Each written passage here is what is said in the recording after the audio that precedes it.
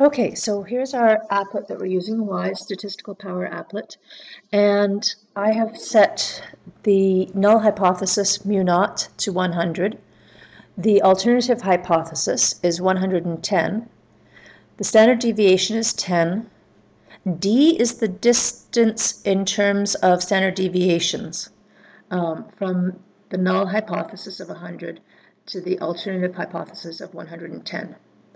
Since our standard deviation is 10, our D is 1. In other words, the distance between them is 10. So 1 times 10.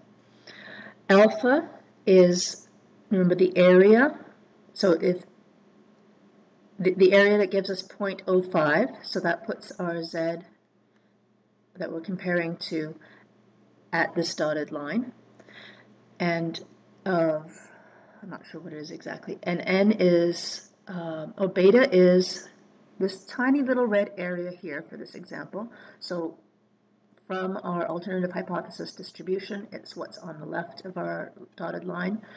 Alpha is the area to the right of the dotted line for our null hypothesis.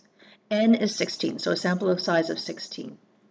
Now, on the right here, you will see some scales that will move as we work along through our various examples. This is the sample size N, and you'll see that our power, there's a tiny little white section at the top here, so our power is almost 100%. It's at 0.991. Now, let's have a look. And then at the top, you can see the populations as well here. So this is our sampling distributions at the bottom, and these are our actual populations. So we'll go ahead and have a look at one sample. Somewhere here. There we go. Just a minute. There we go. So the arrow in our here's our sample that we took. So that's the mean of our sample, and here it is on our distribution. Now remember that it's actually that we are assuming here that the null hypothesis, because we're doing powers, the null hypothesis is actually false in this case. So the samples drawn are actually drawn out of our alternative population. So here is where our sample is. Our critical mean value is 104.11. Actually, we are not going to look at that at this point. Our sample mean is 112. And we aren't going to look at the P here either. So what we are looking at is our sample mean and whether or not we have rejected. So you can see here, based on the blue, that is what we'd be basing our actual significance test on, is the blue null hypothesis. So based on that, the probability of achieving a 112 in our for a sample mean is, as you can see, pretty much 0. It is smaller than alpha. And so remember, alpha is our significance level. So because it is smaller than the probability of achieving a result of this amount or bigger is smaller than the probability than alpha, we reject the hypothesis. So we're going to run through a few more, and what I want you to look at is you can see what our population is, and you can see where our mean shows up in our distributions, sampling distributions, and whether we reject or accept. So let's run through a few of them quickly. So there's another reject. There it's a little closer to our blue. There it's further away. Oh, here's one. We failed to reject the null hypothesis with this particular sample that was drawn, because the mean of this one here, we had a data point or two that were far to the left of our alternative population. And so in this case, if that had been our sample that we had taken to run our significance test from, we would have failed to reject that hypothesis. So let's continue. But that was about our third or fourth sample. So there we're rejecting again and again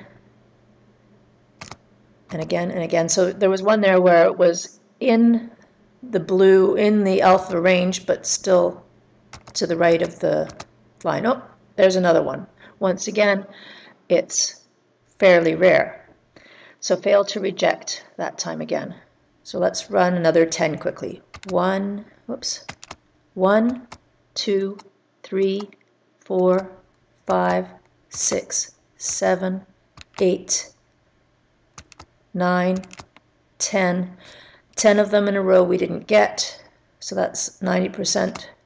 And if we did this many times over, the number of times that we would reject would be equal to the power. Okay, so over the long run, the power says, given this alternative hypothesis, our test will reject a false null hypothesis 99.1 times. Okay, so what we are going to do now is to that would be our probability of rejecting a false null hypothesis given a given alpha of 5% and with this alternative population. Okay, so what is the beta error here? How could we calculate it? Well, it would be 1 minus our power. So this beta error, which is the probability of failing to reject a false null hypothesis, is very small. So this is what we call a high power example. We're now going to look at a low power example, and what I'm going to do there is change our alternative hypothesis to 102, and I'm going to leave everything else the same. Look what happens to D. It went from 1 to 0.2.